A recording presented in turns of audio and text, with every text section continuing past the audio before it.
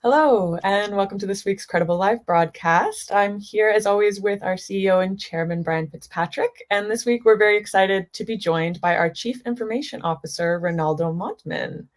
Ronaldo is a leader in digital transformations, information security, emerging regulations, and disruptive technologies. He's been with the Qredible team since its inception, and he's here today to talk about technology, cannabis, and his vision for the industry. Thank you for being here with us today, Ronaldo. To get us started, could you tell us a little bit more about your background? Sure. Thanks for having me.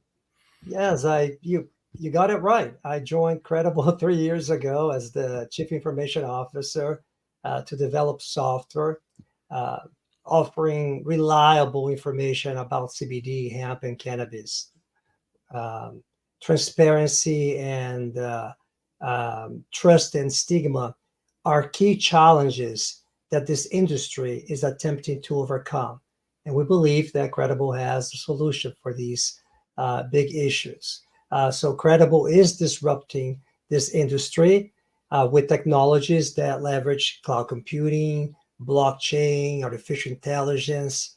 And previously, I worked at a major healthcare system in Florida.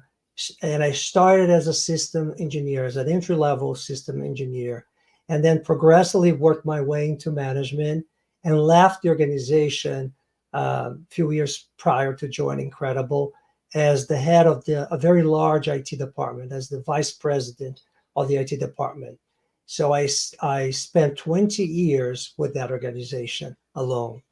It's the third largest public healthcare system in the United States.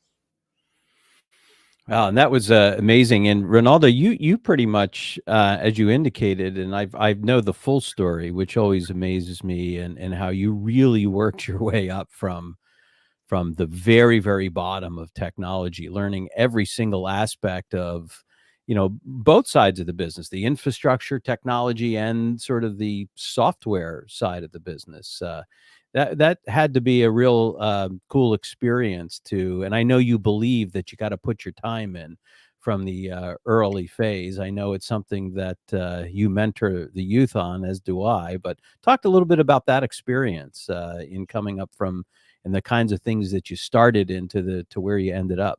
Sure. I'm actually, when I look back, I guess the best way to describe it is to say that I have been blessed with the opportunities that presented themselves as I grew up. I was born and raised in Brazil, and by a single parent, and I always listened to my mother growing up. And when I went to high school, I had the option to attend technical high school.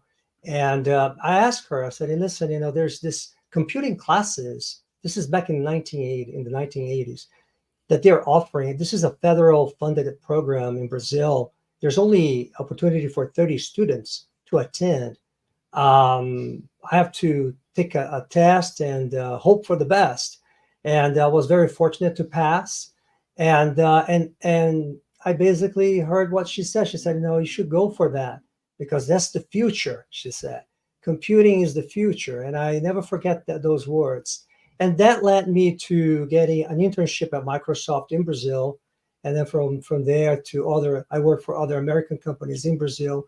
And eventually I came to work and live in the United States. But transitioning from Brazil into the United States was an experience by itself.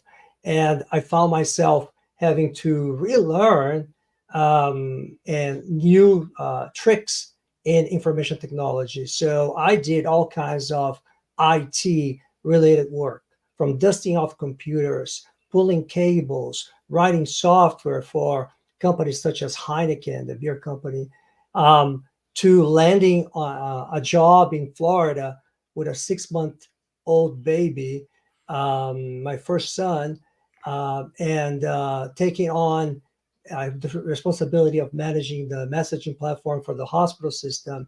And eventually that led to new opportunities within the hospital. And I found myself leading a very large organization with a very large budget. When I tell the budget that we had as a public funded hospital system, IT alone, spend more than $75 million a year in technologies. It's That's amazing, amazing. right? And technology can be used to lower cost and improve the quality outcomes. Yeah, and that's something like is amazing to me is this is my fourth startup that I've been involved in growing, and fortunately, I've had good success with that because of the people, because of the great teams I've been able to put together.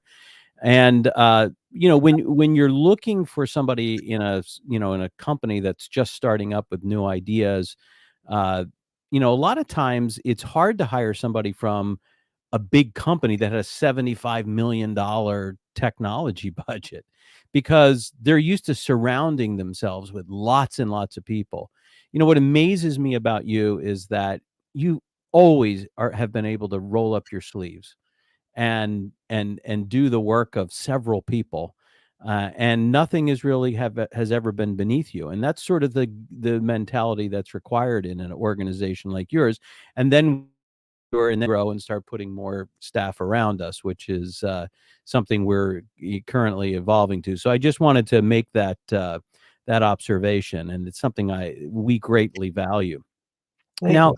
I want to address something that very few people talk about in this industry. You and I are both Christian in our faith tradition, so we're both devout in our faith. And as Christian businessmen, I know that there's a bias and there's a stigma in a lot of communities, but in the Christian community in particular, about this being the devil's lettuce, and being the bad thing and something that we shouldn't be involved with. But talk to me about how you overcame that personal bias and your journey to reconcile with that.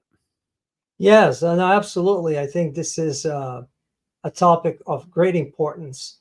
I, as you said, I'm a man of faith, and when the opportunity presented itself, we actually met. Full disclosure, we actually met at Bible study. We did. Amongst executives. So, and you came across as a person that with great affinity. So we that led to conversations, and I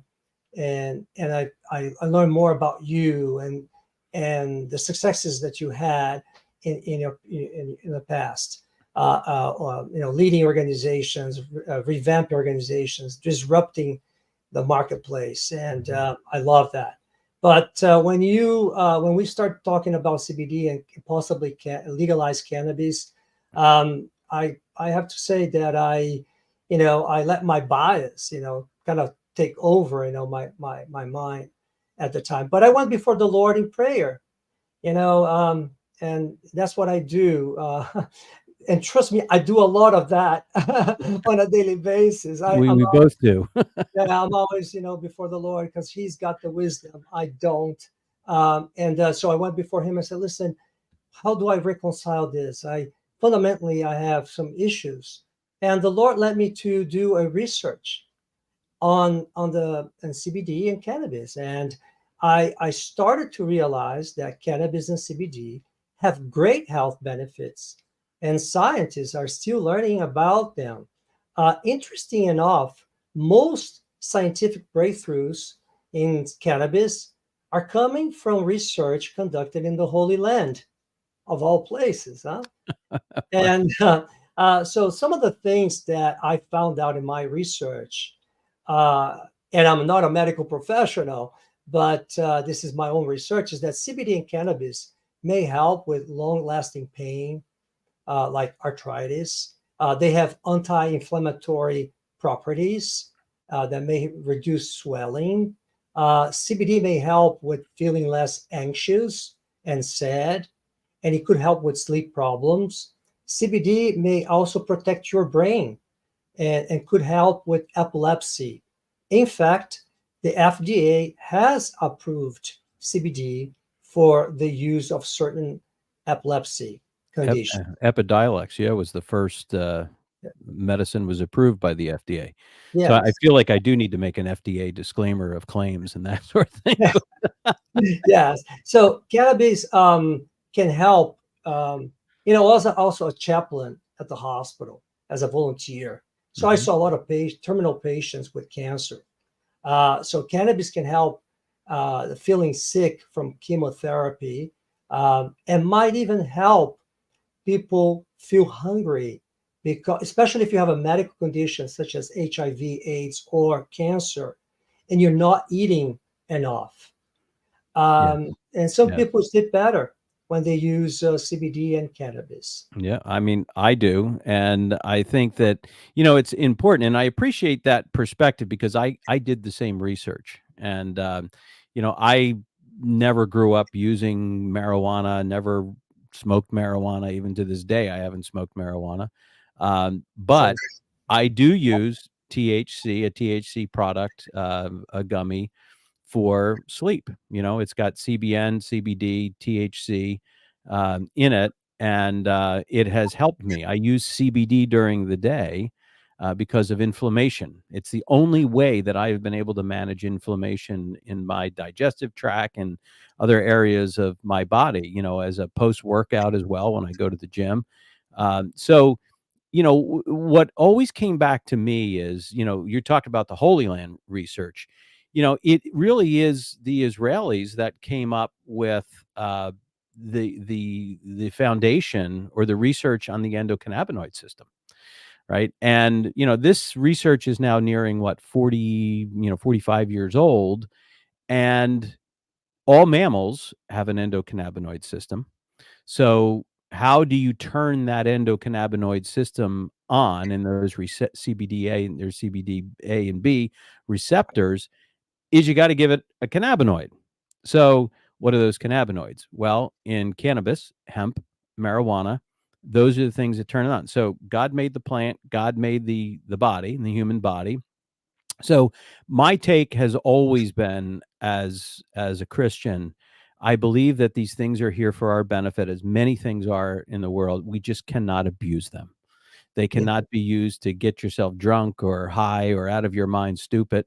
You have to be responsible and use it for why, as far as I'm concerned, is intended, and that's my belief as a man of faith. So I'm glad we're able to talk about those things, and we incorporate our faith into all we do. So I think that's really important, for us to recognize that, and also help with the stigma that's out there against it. absolutely. Now, when you and I first met, it was funny because we met on a Bible study, and it wasn't until like weeks later I realized that, hey, this guy is like a heavy hitter. He's a heavy hitter tech guy, and now at that point I had been already over my skis. I'm running this company. I'm the chief tech guy. I'm the chief this, chief that, and I'm like, well, I'm over my skis now. I need somebody smarter than me, and that's when we started talking. So you could have worked anywhere. And that's the amazing thing is your resume is amazing. Great background, great experience. But, here you chose to come to Credible way back when and to commit your career with us. Talk about what really struck your heart and mind with respect to Credible and its vision. Well, the Lord brought me to Credible, and but ultimately, Brian, you know, having conversations with you, with Rick and Glenn, the founder members of Credible, um, were so enlightening and so positive. Credible. At Credible, we don't do business as usual. Everyone has a voice and a seat at the table when it comes to innovation. Credible is quickly becoming a major disruptive force in solving challenges, very difficult challenges. And I saw that early. I saw that disposition early on whenever I spoke with you or Glenn or Rick.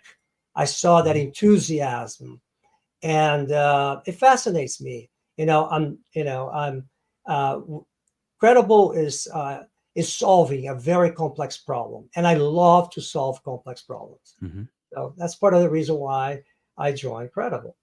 Yeah, and you add so well to that culture because you know that I lecture at universities Yeah, and I talk in human resource classes and leadership classes and tech classes and and it all comes down, as far as I'm concerned, to culture. It's about really listening to people and giving them a seat at the table and respecting their point of view. Because I just what drives me crazy and always did drive me crazy is these cultures where the CEO is banging his fist on the table and it's like it's because I'm the CEO, that's why we're going to do things. Well, I've always told you guys, if I'm the smartest guy in the room in all of these disciplines, we're in deep trouble. Right? So I got to have the best marketing team, which we do. I got to have the best, tech team, which we do, which, by the way, you've been building that tech team right from the very beginning, from the ground up. And I think we have a 100% retention in that group over yeah, the years, which is really, amazing. it's not only my leadership, it's the leadership of all of us and the fact that everybody has a voice. So, that is true. And that's so important to me because, again, if I'm the smartest guy in all these disciplines, we're going to be in deep trouble. So we need to continue to build out the organization. And that's why, Rick handles the things that he's frankly better at doing. He's smarter at than I am. And, and that goes for everybody in our organization is that there's just things that other people are better at and excel and we complement and respect each other. And that's really, it gives us a good segue now to kind of switching gear a little bit on the technology. Sure. You and I have always had a major affinity for technology, and and most important, and we both believe strongly in. And wait a minute, I'm gonna quote you if I remember this quote correctly. I actually wrote it down and put it on my monitor a couple years ago. But innovation is another form of agility. You said that very early on. So Yeah. let's first talk about your thinking on how technology drives business agility. And then Yeah. let's discuss some examples of how tech is so critical to our vision and mission, safety, transparency, and frankly, the maturity of this nascent and immature industry that is, growing every day and needs to. Sure. Sure. Absolutely. I'll be delighted to. I think it's important to understand why there are underlying issues in the CBD and the hemp and the legalized cannabis industry. Because what we're doing with the technology, we're using disruptive technology like cloud computing, like artificial intelligence, machine learning, um, blockchain, to tackle those three major issues: trust, transparency, and the stigma. Mhm. Cannabis has a history tied to illegal activities, which has left deep social stigmas that still affect how people see cannabis today, Mhm. even though it's becoming legal in more places. Regulations for cannabis and CBD, which we address with artificial intelligence, are complicated and always changing. This makes it hard for consumers and businesses to understand what is allowed, what is not allowed, making it tough to trust the system. There are not really consistent rules for how cannabis products are made and checked for quality. And this means that consumers can't always be sure if they are getting a safe product or not. So despite more places legalizing cannabis, and you see that on the news, there's still not enough research and education about it. So Yes, people are left with lots of wrong ideas and doubts, which makes it hard to trust the industry. So making this so whole true. process of managing this whole process of making CBD and cannabis from start to finish is very tricky. And different companies are doing different things, and which can lead to worries about which products are legitimate or not. Right. And lastly, the banks, the banks don't want to do business with the cannabis in the United States, with cannabis businesses, because of legal uncertainties. So it Mm. makes it very tough for these businesses to get banking services.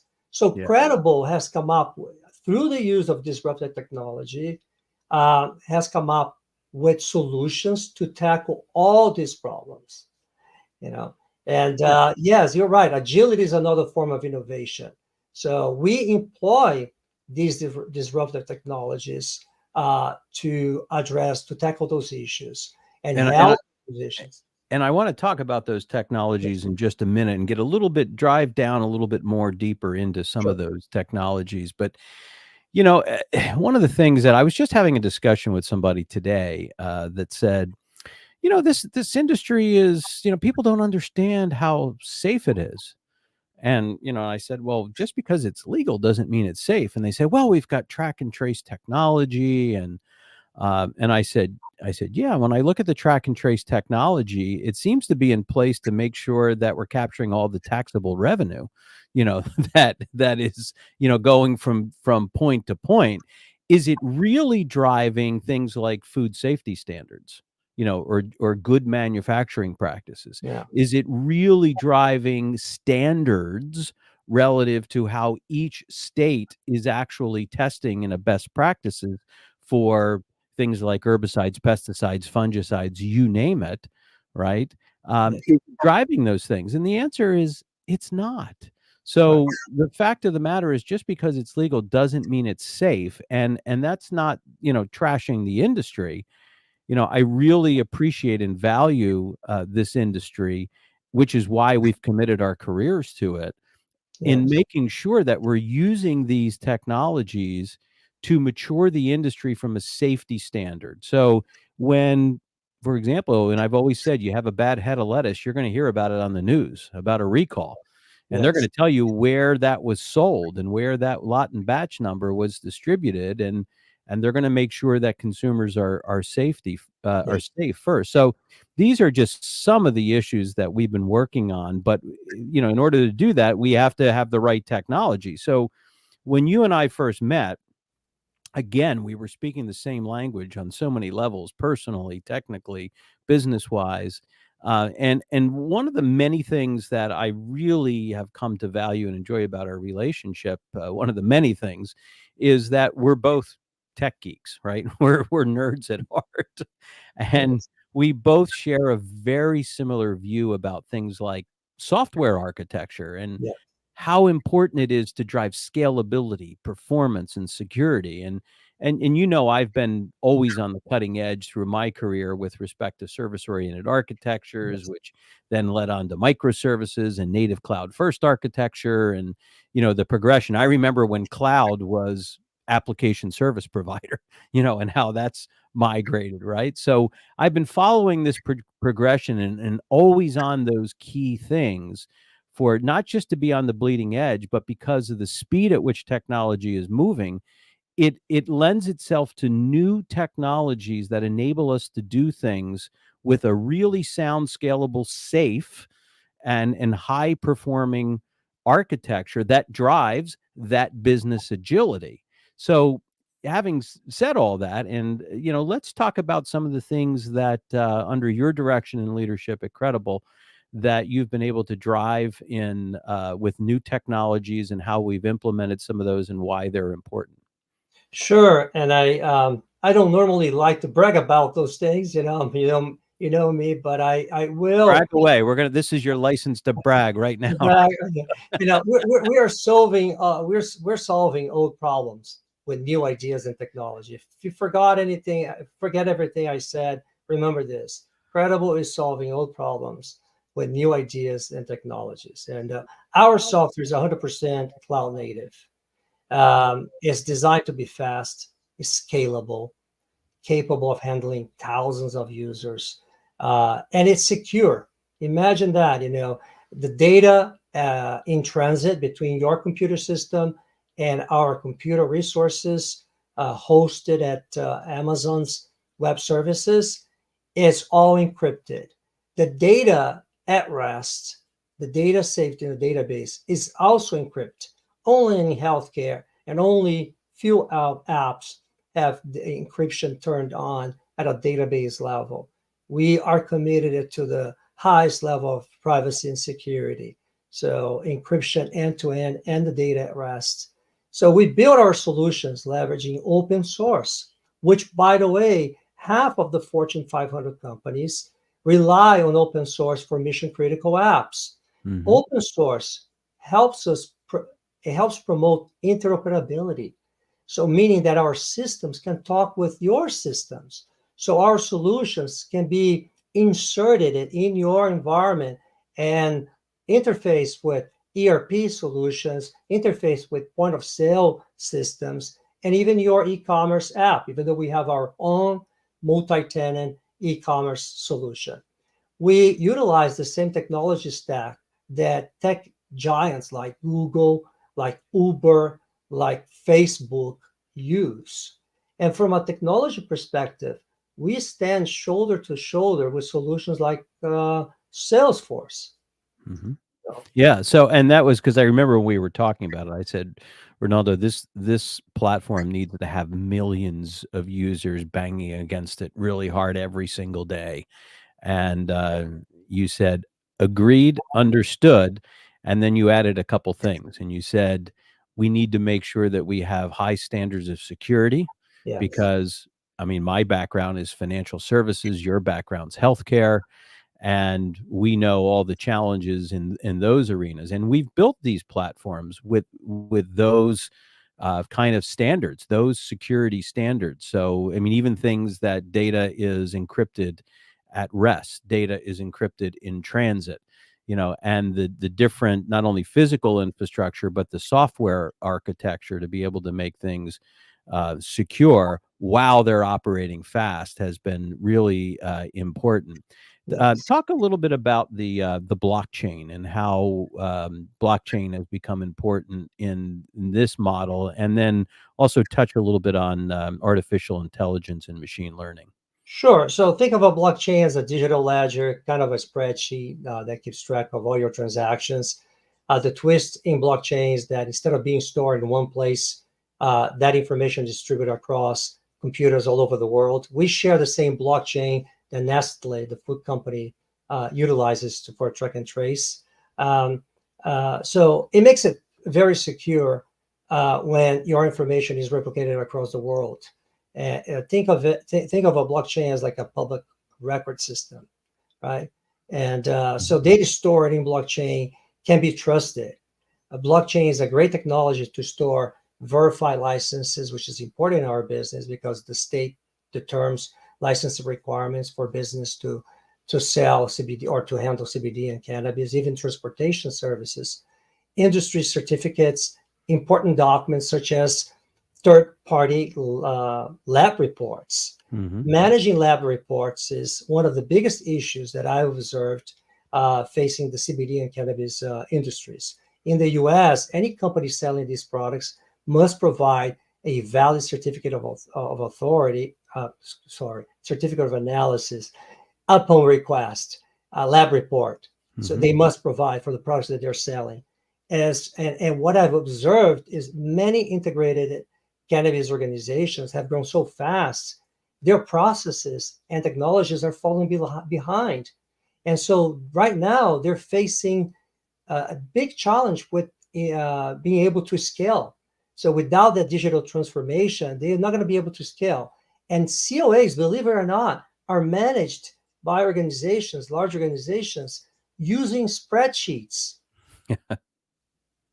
It's crazy. I mean, that's just crazy. And then the amount of fraud that has taken place and misrepresentation is an issue. So the blockchain certainly helps with that. Now, I know that we've talked a lot about artificial intelligence and machine learning, and it's so critical to. And some of the things, by the way, we built like a year and a half ago, 2 years ago, we're turning around and modifying them and rebuilding them through AI tools. Can you talk a little bit about that? Yeah, so our technology incorporates hemp, CBD, and medicinal and recreational adult cannabis legislation in the United States. So AI is used through our apps to extract actionable data for our members on the platform to stay compliant. That's really what we do. We go through all those laws at the state level, federal level, and we produce actionable information that they can work on to stay compliant. And We use AI to scrub websites of our members to ensure that the language and all the artifacts that they use, pictures and video clips, testimonials, comply with federal and state guidelines. We use AI to make sure that product labels comply with all relevant laws. So these are some of the examples of AI. yeah, lots of great things happening, and I'll tell you, Ronaldo, you are a man I greatly admire on so many levels. Incredible Thanks. is so very blessed, Thank seriously very blessed to have you at the leadership table here, and really driving these, not only these amazing technologies, but driving the vision, the mission, and the culture, within our company. So thank you for all the contributions you make at you. Qredible, and I'm looking forward to even greater things as Qredible continues to expand in the U.S. and Canada now, and will soon be on in other countries as well. But stay tuned for all of that. So we're looking forward to next week. We have another broadcast coming up. And we'll be at our normal, as they used to say in the 70s and 80s, our normal bat time, same bat channel, I guess, for those Batman fans out there. But thanks so much, everybody, and we look forward to seeing you next week. Thank you, Ronaldo. Thank And you for thank having me. God bless.